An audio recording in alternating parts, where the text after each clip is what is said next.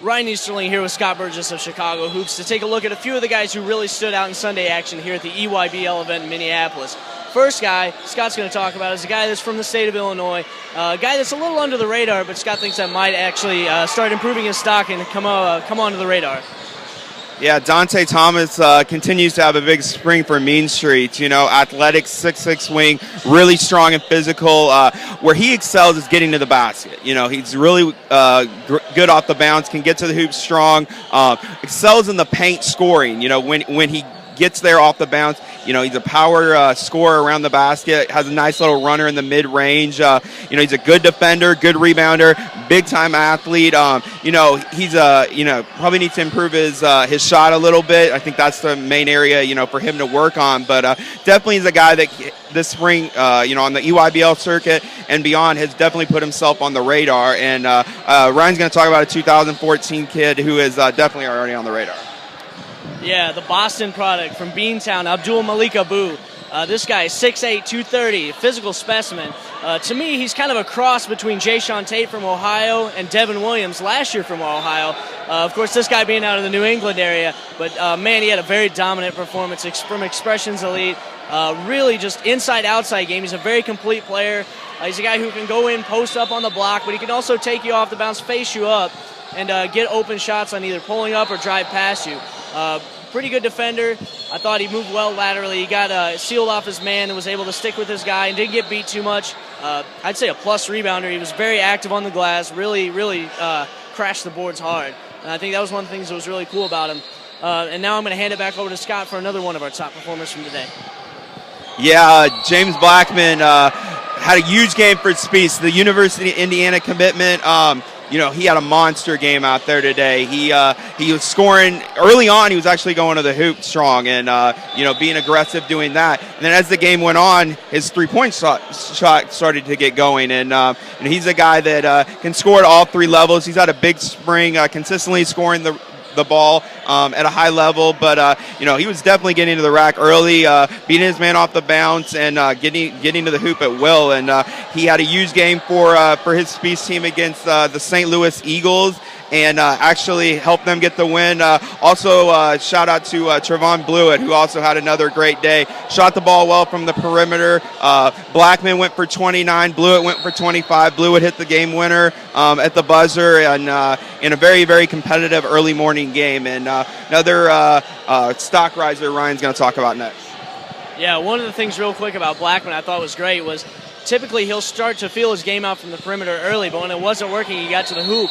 And when he started working with that, then his outside game came along and the three-point shot started to fall. So even though it didn't work early, he was still able to get it going late. But one of the guys I saw in the afternoon against the Macaron Fire was a little point guard, 5'8", about 150 pounds, Naeem Ladd.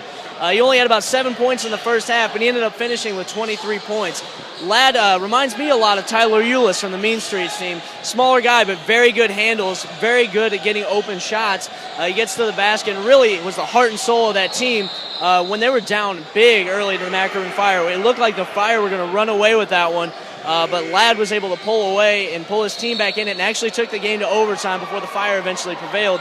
But I saw a lot that I liked from him. Good handles, a very aggressive guy, not the biggest guy, so he had to make up for it on the defensive end with quickness. But a guy who I think a lot of teams maybe are sleeping on just because of his size, but like we've learned with Tyler Eulis, he can play ball. I'm going to hand it back over to Scott for one guy who earlier in the weekend impressed us a lot, and really throughout the whole weekend has impressed us a lot, and that's a guy out of the state for the Wisconsin Playground team. Yeah, Rashad Vaughn is quickly becoming one of my favorite national players to watch. You know, physical wing, strong, athletic, can just score in so many ways, and he makes it look unbelievably easy. Scored all three levels, you know, gets to the hoop strong off the bounce, but really good perimeter shooter, got a nice mid-range game, moves well without the ball to get open, hits clutch shots, comes up big in key moments for his team. Whenever his team, throughout a game needs a big bucket, he's the guy they go to, and he consistently delivered. Today in an afternoon game, they took on CP3, which features North Carolina commit Theo Pinson.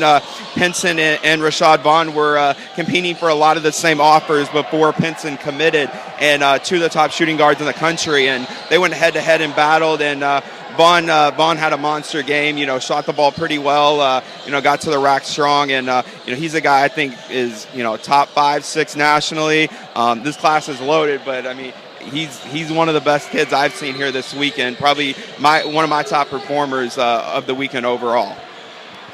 Yeah, and I mean, Vaughn, I think one of the things you can almost say about him is he's very close to college ready right now.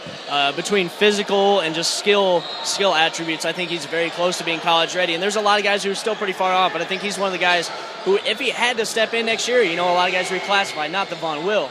But if he was to enter college this year, just hypothetically, I think he could compete with a lot of guys. But my personal favorite from the weekend so far, I don't like mentioning guys twice if I can avoid it. I definitely try to avoid mentioning guys 3 times. But Cliff Alexander has been sensational this weekend. He just keeps getting better and better. His first performance was good. His second performance was great. But today he was just amazing. 30 points and 11 boards. And in the absence of Jalil Okafor, it's really easy because he's playing a lot of minutes to get tired. But he's just kept up the intensity, and intensity is the thing that he drives. He feeds on that. And in part of that 30 points and 11 boards, I think he had like 10 or 11 dunks. But he tried shooting the 3-ball, made the first one. I think he got a little trigger happy, took a couple more. But the big fella can play. And it's been a joy seeing him through high school and seeing him now in the spring. He's just come so far. He was very raw starting out in high school and just pure athleticism, size, and power. But to see him build that skill game away from the hoop, being able to pass out of the high post, pass off the block to open shooters, as well as get his own turnaround shots and be able to get to the hoop, as to go along with all the rebounding skill and the defensive skill and the blocking skill he's had. It's just been amazing to see how Cliff Alexander's progressed. And I think even where he is now, he still has the potential to move up in the rankings. He's really making a statement. But that pretty much wraps us up here Sunday. We got one more day left. We'll see who can make a performance on Monday. But until then, we're signing out for Scott Burgess. I'm Ryan Easterling.